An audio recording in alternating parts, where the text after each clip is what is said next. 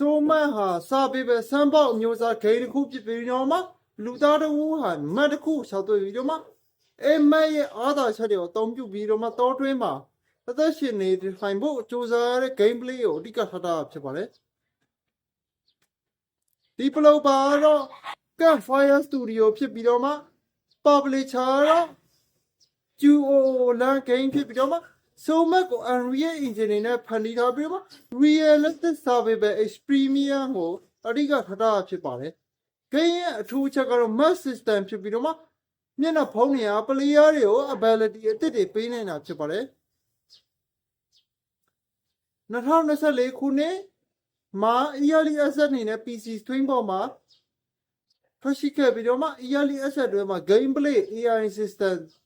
trade system အစရှိရတွေကိုပြုပြင်တိုးတက်နေတာဖြစ်ပါတယ်။